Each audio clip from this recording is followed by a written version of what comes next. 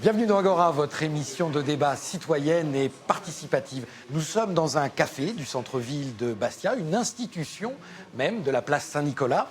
Et avant de rejoindre mes invités, comme à l'accoutumée, je vais distribuer quelques téléphones portables, merci, parce que évidemment le regard du public nous intéresse.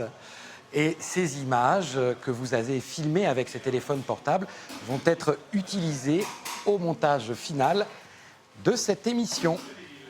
Bonjour à tous les trois. Bonjour. Merci d'avoir répondu à notre invitation. Et d'emblée, avant même que l'on commence nos échanges autour du thème de la représentation de l'homosexualité en Corse, je voulais vous faire découvrir une vidéo que le comédien et metteur en scène Christian Rouspini a spécialement réalisée pour Agora. Il y interprète l'extrait d'un texte qu'il a écrit. La voici. Il faudrait que je dise ici comment, durant les années 80, en Corse du Sud, à Porto Vecchio, j'ai subi toutes sortes d'agressions homophobes, physiques, verbales, psychologiques. Imagine, 1986, j'avais 17 ans. Tu marches dans la boîte de nuit de l'époque, le New Love, et là tu te prends une claque dans la gueule, comme ça, pour rien ou presque, en passant dans la foule pour rejoindre la piste, comme ça, pour rien. Et toi, tu continues ton chemin pour danser sur la piste. Pas pour énerver les autres, non. Non, non. Tu danses par dignité, avec le souci d'affirmer fermement ce que tu es, en serrant dans tes poings fermés ton innocence, ta propre violence, et en desserrant dans ton cœur blessé quand même, malgré tout, une joie de vivre. Quand on vit ce genre de situation, on lutte d'abord pour ne pas s'inscrire soi-même dans une grande violence en réponse. Mais peut-être d'abord une violence contre soi. Un texte fort. Félicia Vitti, vous êtes réalisatrice, scénariste et surtout l'auteur de cette série Back to Corsica qui a été diffusée sur France 3 Corse via Stella. Immédiatement, une réaction. À ce texte, oui, la réaction que j'aurais, ce serait les années 90. Donc c'est intéressant parce que... Pour vous, il est daté. Ça renvoie plutôt aux années 90. Non, c'est intéressant. Non, il y a encore aujourd'hui des agressions homophobes. Mais c'est-à-dire que moi, mon travail, ce que je veux faire, c'est comme représenter l'homosexualité en fiction. Parce que je pense que ça passe par là pour normaliser la présence des gays et des lesbiennes en Corse. Et je pense que c'est intéressant. Dans les années 90, c'était encore violemment refusé. Et aujourd'hui, en 2018, peut-être qu'on fait avancer un peu les choses en normalisant ça, en passant en fiction, en faisant du théâtre dessus. Et je suis touchée parce que ça pourrait encore arriver, ça peut m'arriver. Mais je pense qu'on se bat justement aujourd'hui en créant. Très bien. Alors justement, vous parlez de théâtre. Alexandre Peccini, vous êtes auteur, metteur en scène, comédien aussi, réalisateur, plein de casquettes. Mais surtout, vous avez cette pièce intitulée Main dans la main, qui raconte l'histoire d'amour entre deux hommes, qui a commencé à tourner dans les salles de Lille, qui est très bien accueillie même. Qu'est-ce que vous évoque ce texte? Parce que l'homophobie est notamment l'un des éléments que vous traitez dans Main dans la main. Oui, on est un peu sur le même sujet, puisque l'idée, c'était de créer une comédie romantique et de montrer que, finalement, dans une histoire de couple, quand il y a l'amour, c'est universel et c'est banal. Et en même temps, on a voulu traiter de l'homophobie, ce que j'appellerais l'homophobie sociale, qui est la plus évidente pour tout le monde, puisque ce sont les agressions, c'est le regard de l'autre. Et en même temps, l'homophobie un peu plus psychologique, qui est le rejet de soi-même et qui est la difficulté de s'accepter. Et c'est vrai que je crois qu'il y a quelque chose d'un peu plus pervers dans l'homophobie, quand on compare ça au racisme, par exemple. C'est quand on est noir, quand on est maghrébin, on rentre chez soi et on a notre famille qui nous ressemble. Oui. Et il n'y a pas de possibilité de déni, je dirais. Alors que quand on est homosexuel, on rentre chez soi et on n'est pas entouré d'homosexuels. J'ai envie de dire presque heureusement, parce que sinon on ne serait pas là. Mais du coup, il y a cette forme de déni qui se garde au fond de soi-même et qui ensuite fait, je dirais, un sacré comment dire, des connexions émotionnelles et psychologiques qui sont un peu qu'il faut démêler ensuite, quoi. C'est intéressant cette notion de déni. François Charles, alors vous êtes réalisateur, performeur également, vous nous en direz peut-être un mot, et vous réalisez un documentaire sur le milieu LGBT, gay, bisexuel et transgenre en Corse. La notion de déni, effectivement, ça vous parle, ou c'est même peut-être quelque chose que vous avez d'ores et déjà commencé à retrouver à travers les témoignages que vous avez glanés pour votre documentaire? Oui, absolument. Moi, depuis 2016, j'enquête donc en Corse et dans la diaspora corse sur ces problématiques-là. C'est-à-dire comment on vit son homosexualité, à quel point elle est problématique par rapport au regard de l'autre et par rapport à soi. Et ce que dit Christian et ce que mes camarades ont dit est très juste. C'est-à-dire qu'il y a effectivement, comme Alex l'a dit, une homophobie sociale, un contexte qui est difficile. Il vaut mieux éviter de trop s'afficher, c'est ça? Il vaut mieux éviter de s'afficher. Bon, ça, il y a il y a différents niveaux. Mais la principale problématique, le nœud aussi de tout ça, c'est le propre rejet de soi-même, en fait, qui empêche, en Corse notamment, à cette communauté d'exister. Et qui entraîne notamment chez les gays des espèces de rejets intracommunautaires qui vont se focaliser sur les mecs efféminés, et le poids du regard de l'autre encore, c'est tellement structurant que cette communauté, en fait, n'existe pas vraiment. Voilà. Mais parce que ça part de la difficulté de s'assumer soi-même, qui est renforcée par un contexte social et sociologique particulier de la Corse. Alors, sur la place sociale de l'homosexualité, juste quelques chiffres très rapides que j'ai été pioché dans le rapport annuel de l'association SOS Homophobie qui a été présenté en mai 2018. J'imagine que ces chiffres, vous les connaissez. Selon l'association, les agressions physiques à caractère homophobe étaient encore en hausse en 2017 au niveau national, une augmentation de 15% par rapport à 2016. L'association avait recensé en 2017 1650 témoignages d'actes LGBT-phobes, c'est-à-dire encore davantage, près de 5% par rapport à 2016. On a la sensation qu'en Corse, les agressions, en tout cas déclarées, restons prudents, ne semblent pas avoir pris un tour aussi inquiétant que ce qu'on observe sur le continent. Est-ce que ça correspond à la réalité, la vôtre ou celle que vous observez? Est-ce qu'il n'y a pas un décalage, en fait? Moi, je pense que c'est la même chose que sur le continent. Il y a des agressions qui sont physiques, j'imagine, mais je pense que le vrai souci, c'est ce que j'appellerais, moi, l'homophobie ordinaire. Et en tout cas, moi, en tant que lesbienne, je trouve que c'est beaucoup plus difficile à vivre en tant que femme. Parce que en Corse, et même ailleurs, quand on décide, ou quand on est, ou quand on devient, et quand on décide de s'afficher, en tant que lesbienne, on sort en fait du contexte mère, fille, sœur, et la question se pose, c'est est-on encore une femme quand on n'est plus prise dans le système patriarcal tel qu'il assure la protection des femmes, et on est sujet à sujette en tant que femme à une sorte d'infantilisation parfois.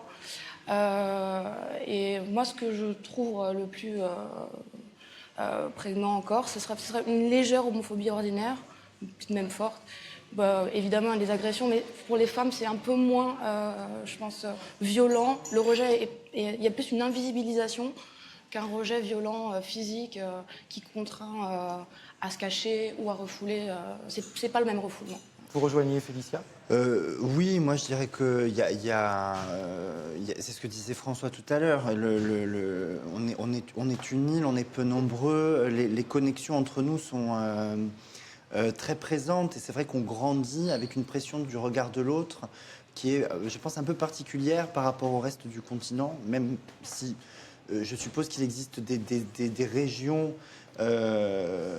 rurales principalement où on grandit pareil. Quand on lit En finir avec Eddie Bellegueule, ça pourrait se passer en Corse, ça pourrait se passer dans le Jura. Enfin voilà. Il y a un beau passage que j'ai noté. Il aurait été logique, c'est un extrait, il aurait été logique que lui aussi se fasse traiter de pédé. Le crime n'est pas de faire, mais d'être, et surtout d'avoir l'air. Ben, ça, c'est vraiment ce que j'ai voulu traiter dans ma pièce. C'est-à-dire que on peut faire ce qu'on veut, c'est surtout la représentation qui choque et qui dérange. Je pense que c'est aussi pour ça qu'en Corse, il y a moins d'agressions, parce que les représentations se font aussi moins. Ouais, alors ça, effectivement, François Charles, c'est ce que l'on vous raconte? Non, justement, moi j'ai une vraie difficulté dans mon dispositif de réalisation, qui est un documentaire à base d'entretien, en fait, d'enquête, où il y a une vraie omerta, en fait, qui s'exécute en Corse. C'est un terme Et moi- fort, omerta. Ah, c'est un terme très fort, mais parce que c'est structurel, c'est culturel. C'est-à-dire la société corse digère tellement de violence et l'intègre que pour l'homosexualité, ça rentre là-dedans. Et moi, il y a toute une série d'agressions homophobes, par exemple, qu'on m'a racontées, dont les victimes ne veulent pas témoigner. Ne veulent pas témoigner Parce parce que vous que... disiez tout à l'heure, elles ne sont pas déclarées. Hein. Alors, ils Pas de peuvent aller chiffres. devant le pénal si vous voulez, mais obtenir la reconnaissance de la circonstance aggravante de l'homophobie est très dur parce que ça nécessite d'assumer son homosexualité devant un juré, par exemple. Ça, c'est compliqué. Et alors, témoigner dans un film, au risque que les agresseurs et les familles des agresseurs reconnaissent l'histoire, même sous le sceau de l'anonymat, etc., ça devient quasiment injouable. Mais alors vous, en revanche, vous n'hésitez pas à vous afficher, parce que j'ai cru comprendre qu'effectivement, je parlais de performeur, il y a ce double, hein, ce personnage de drag queen que vous avez créé. Ouais. Comment il se situe, en fait, par rapport à cette situation que vous nous décrivez? En fait, le personnage est né dans le film suite à de vraies difficultés de réalisation. C'est-à-dire que j'ai vraiment, pendant un moment, galéré à trouver des témoignages, des gens qui voulaient bien participer. Donc je me suis dit, bon, si je ne peux pas prendre la communauté puisqu'elle ne veut pas témoigner, il va falloir que j'enquête ou que je réfléchisse sur ma propre homosexualité. Et j'ai réfléchi à ce qui était vraiment le plus problématique pour un homme homosexuel en Corse, c'est le poids du regard de l'autre et cette injonction de discrétion et de virilité. Je me suis dit, qu'est-ce qui se passe d'un point de vue artistique quand on dynamite cette injonction-là? D'où le queer et d'où le drag qui est justement l'hyper-affirmation de l'homosexualité et pour un homme de la féminité en fait. Voilà. Félicia, alors si on revient sur Back to Corsica, on voit que les amis d'Andrea, qui est ce personnage homosexuel, hein, Andrea, répondent à des archétypes qui sont assez, on va dire, classiques lorsqu'on décrit la société corse. En revanche, le personnage de la jeune homosexuelle lesbienne qui cherche à s'assumer est beaucoup plus rare hein, dans les fictions, évidemment, surtout celles traitant de l'île. Ça procédait alors de quoi? De l'envie de bousculer les codes ou alors peut-être même le manque d'inspiration des scénaristes qui vous ont précédé jusque-là? Parce qu'il y a peut-être aussi une responsabilité des créateurs. Ça venait surtout d'une envie d'écrire quelque chose qui me touchait, qui était proche de mon expérience, et plutôt que d'en pleurer, essayer d'en rire. Donc j'avais envie d'écrire quelque chose qui représentait ce que je vivais moi en Corse. Et j'avais envie de poser ce personnage-là au milieu. C'est-à-dire, en fait, elle est dans un écosystème hétérosexuel. Et c'est très drôle, en fait, d'essayer d'être lesbienne dans un écosystème hétéro. Parce que elle est constamment handicapée et embêtée par son entourage. Et même ses amis, même positivement, l'empêchent d'arriver à son but et la décrédibilisent. Et ce que j'ai essayé de mettre en place aussi de manière humoristique, mais tout en voulant piquer, c'est que d'une manière ou d'une autre, elle est toujours entourée. C'est toujours la sœur. Si elle se fait agresser au comptoir, on l'arrête de l'agresser parce que son frère dit « c'est ma sœur ». Et ça, je trouve ça hyper intéressant de montrer ça sans le souligner. Vous allez nous en parler. Voilà, on va revenir là-dessus parce que vous avez fait un travail très intéressant. J'aimerais bien savoir si d'ores et déjà, dans le public, certains d'entre vous tiennent à réagir aux propos qui ont été tenus. Il y a peut-être une question. Je vous ai vu très, très attentif. Alors, monsieur, n'hésitez pas à vous présenter avant tout. Docteur Alain Charles. Ce ne sera pas une question, mais un témoignage. Hier, il y avait un café philo ici. Et il y avait beaucoup de monde. Et on a annoncé au café philo l'émission de ce matin. Mouvements divers. Ah, c'est intéressant. Mouvements divers. Et il y a peu de monde. Et j'étais sûr qu'il y aurait peu de monde. Prudence. S'afficher dans une émission consacrée à l'homosexualité, ça peut prêter à confusion. Prudence, d'autant plus que tout le monde sait ici combien les religions, notamment la nôtre, judéo-chrétienne, est prégnante. L'homosexuel vit dans le péché. Quelle horreur. Il vit tellement dans le péché, est-ce bien un être humain, simplement? Et rappelez-vous les sens communs, les grands défilés, il ne s'agissait pas de protéger un droit acquis, mais de nier un droit à quelqu'un, parce qu'on veut nier son existence elle-même, parce qu'il peut être dangereux pour un ordre social. Et puis, il y a l'influence, hélas, de certains dogmes psychanalytiques. Rappelez-vous que pour Freud, à l'époque, c'était une perversion qu'il fallait soigner. Et ça continue encore. Voilà. Merci beaucoup. Donc, je souhaite beaucoup de courage à nos intervenants, parce que je suis un homme âgé, je sais par expérience que ce qui évolue le plus lentement dans nos sociétés, ce sont les mentalités, surtout quand elles ont un lien avec toutes nos traditions, c'est-à-dire un peu nos identités. Très bien, c'est très intéressant comme observation. Le dogme, la religion, la tradition, les mentalités, qu'est-ce que ça vous inspire? Effectivement, là, plus on écoutait monsieur, plus le poids était lourd sur nos épaules. Qu'est-ce que ça vous inspire? C'est vrai que c'est propre à la société corse, peut-être pas propre, mais en tout cas, voilà, les traditions, ils sont très, très ancrées, hein, et peut-être même notamment au niveau de la religion. Oui, après, évidemment, j'ai la sensation quand même que ce sont dans les milieux les plus religieux que la difficulté d'accepter quelqu'un d'homosexuel et de différent, voilà, ça me paraît être une évidence, même si des fois on peut avoir des surprises. Après, moi, pour rebondir un peu sur ce que disaient Félicia et François, je crois que on en revient à la condition, peut-être même au-delà de la femme, mais simplement du féminin. C'est-à-dire cette acceptation du féminin, cette non-acceptation plutôt du féminin, ce danger qui représente pour le pouvoir de l'homme hétérosexuel, blanc, très bien foutu, baraqué. J'ai un peu la sensation que ça va être en sauvant la femme, que tant qu'une femme sera maltraitée, aucun homosexuel ne pourra se balader tranquille sur Terre. Tout est lié. Voilà, toutes les causes sont liées.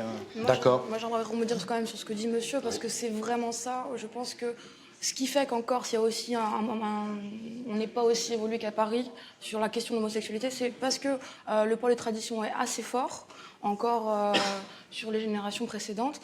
Et cette place du couple, homme-femme, qui en fait vient du catholicisme, est difficile. On a du mal à s'en extraire parce qu'il y a toujours ce poids sur la société.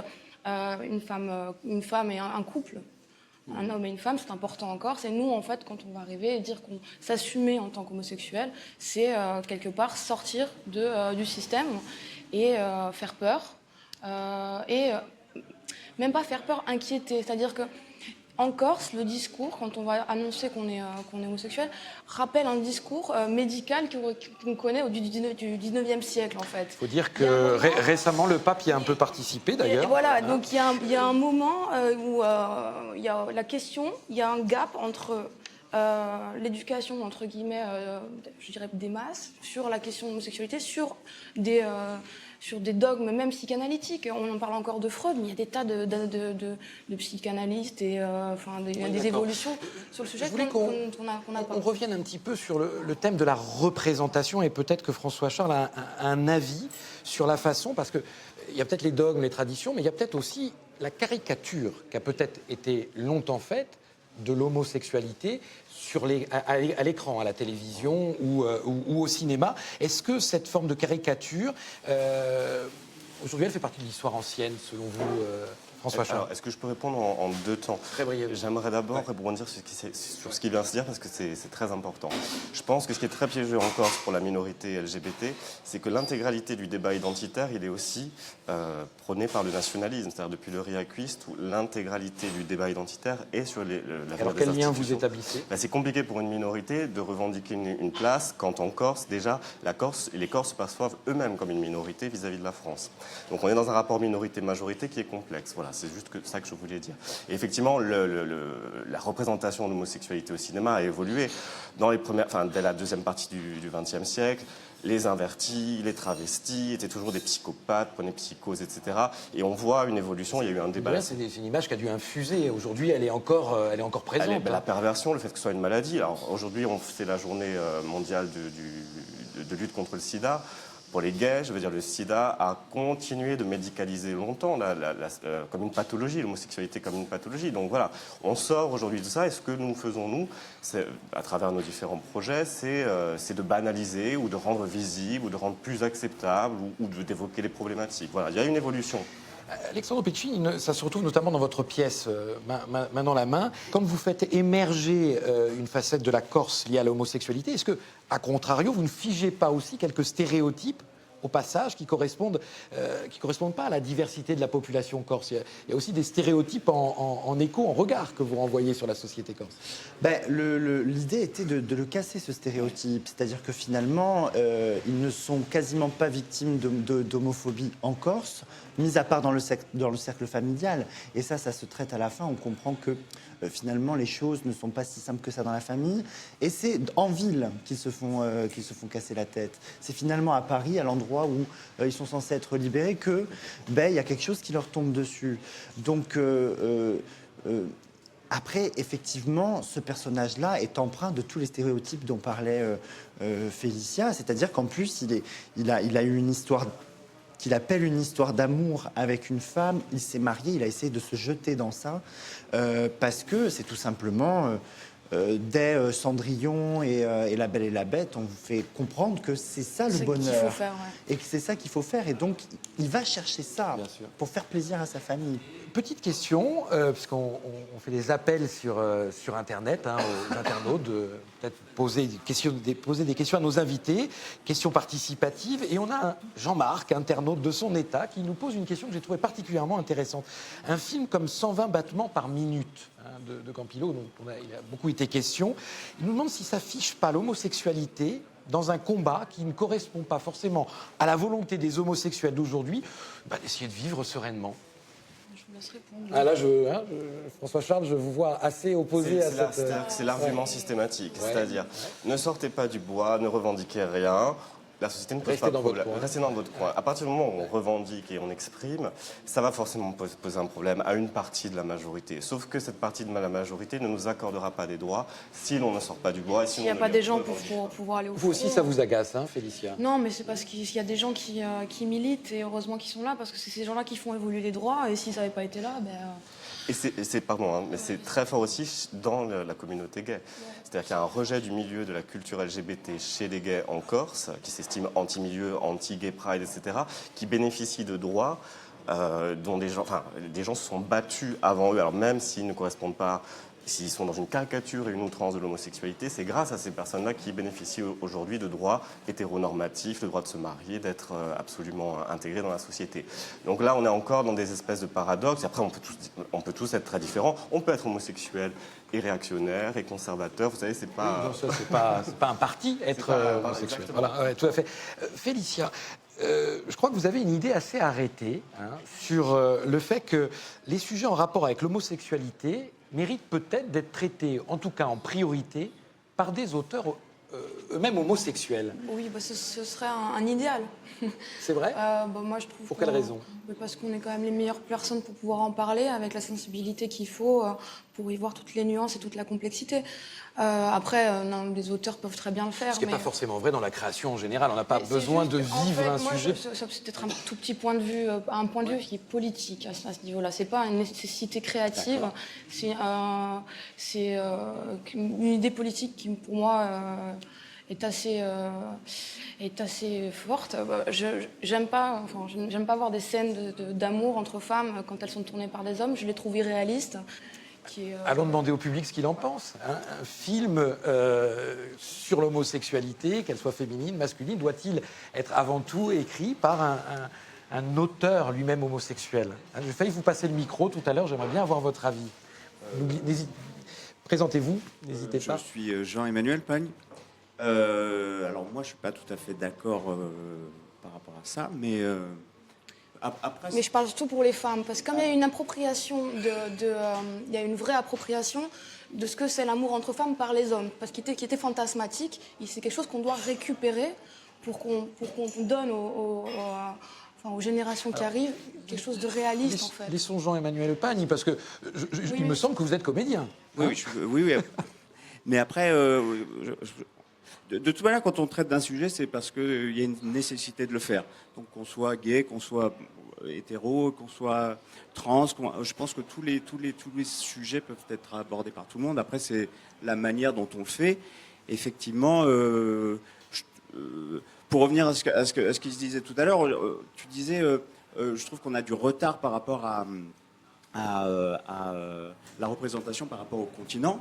moi, je trouve que justement, à un moment donné, il y a eu tellement de surreprésentation de l'homosexualité, même dans le mauvais sens, que je trouve que votre travail qui traite du sujet de manière finalement ultra juste dans le ton et ultra normal, finalement, et beaucoup moins caricatural que sur le continent, où d'un coup, dès qu'on voit une télé-réalité, on a des archétypes de ce que devrait être un homosexuel, ou de ce que devrait être une bimbo, ou de ce que devrait être une racaille de banlieue, etc. Donc voilà. Alors, merci beaucoup. Vous avez évité les clichés. Peut-être une petite réaction, Alexandre, par rapport à ce qu'on vient d'entendre. Et puis, finalement, c'est lié un petit peu à ce que vient de nous dire Félicia. Quid des comédiens ? La représentation, elle passe par les comédiens, à l'écran ou sur les planches. Est-ce que, là aussi, il vaut mieux des comédiens qui correspondent à la sexualité que l'on décrit ? Moi, je suis très partagé sur ça, parce que quand on raconte une histoire, on a une dramaturgie qui porte le sens de ce qu'on raconte. Il faut trouver le comédien et qui va raconter ça. Après, on a eu un débat avec Claire Burger et Marie-Ange Luciani sur ça. Et voilà, au bout du compte, qu'est-ce que c'est que représenter un homosexuel ? Qu'est-ce que c'est ? Et cette question était sans réponse, parce que c'est infini. On peut prendre n'importe quelle personne qui a l'air d'être hétérosexuelle. À partir du moment où elle embrasse un autre homme, c'est une représentation de l'homosexualité. Et à la fois, on peut prendre, j'en sais rien, un postier qui d'un coup est très efféminé et fait beaucoup de manières. C'est une autre représentation de l'homosexualité. Il faut accepter qu'il y en ait plein, qu'elles soient multiples, et que chaque histoire mérite sa propre représentation, et que du coup il y a de multiples histoires sur l'homosexualité qui n'est presque plus un sujet, parce que justement la caricature a été dépassée. Et après, pour rebondir sur ce que disait Félicia, il y a eu moi, j'ai eu une petite prise de conscience lorsque Claire Burger disait « Les homosexuels, c'est toujours une nouvelle génération, une génération zéro, puisqu'on est de parents très logiquement hétérosexuels, et que du coup, il faut toujours se réapproprier les choses. » Et je crois que finalement, dans ce que dit Félicia, c'est vrai qu'il n'y a pas d'apprentissage de l'amour, de la sexualité, de ce qu'on est, et peut-être effectivement que l'amour entre femmes peut être mieux décrit par des femmes, puisque quand on dit amour entre femmes, normalement il n'y a pas d'homme au milieu. Bon. Donc du coup, effectivement, elles ont plus l'expérience, on va dire. Et voilà, après, je pense aussi qu'il faut pas restreindre les choses. Je veux dire, moi j'écris sur tout et n'importe quoi. On a une faculté quand même à avoir de l'empathie et à imaginer les choses et à se projeter. Enfin, si vous avez vu Back to Corsica, je me suis projetée évidemment dans des relations hétérosexuelles, mais c'est juste que vraiment, c'est vraiment, je dirais, admettons juste des scènes d'amour, ou juste politiquement sortir de la représentation qui va être est-ce que dans d'un le point de film vue de masculin. Kechiche, est-ce que tu trouves ça mal fait ? Non, je trouve ça très mal fait. Ouais. D'accord. Ça a été, la communauté lesbienne a été un petit peu secouée de encore une représentation qui est complètement irréaliste. Sur quel point ça Alors, je ne vais pas rentrer dans les détails. C'était vraiment... D'accord, très bien. Mais, Alors, peut-être parce qu'on approche du terme de l'émission, il y a une question un peu plus générale. Qu'est-ce que, à votre sens, François-Charles, peut-être que vous pouvez nous en dire un mot, qu'est-ce que les sujets dans lesquels il est question de l'homosexualité sont susceptibles de dire de notre société aussi en général, peut-être de la Corse en particulier ? C'est des sujets qui traitent de la diversité, de l'importance de faire société, en fait. Je pense qu'on a tous une sexualité, on est tous face à des problématiques liées à notre genre, liées à notre milieu social, et si on a un apport, nous, en tant qu'auteur, réalisateur ou intellectuel, etc., c'est ça, c'est-à-dire essayer et surtout l'apport de la culture dans la société qui est primordial, c'est-à-dire essayer de faire corps tous ensemble. Pour faire tomber le niveau de violence, c'est tout simplement que tout le monde puisse se sentir à un moment donné représenté. Et voilà, je pense qu'on en est assez... Que tout le monde puisse se sentir représenté. Vous fournissez vraiment le mot de la fin de cette émission. Eh bien, pour notre part, nous nous retrouverons dimanche prochain sur France 3 Corse via Stella. Et je ne saurais jamais trop vous conseiller, contre les idées reçues, comme d'habitude, de toujours privilégier le débat.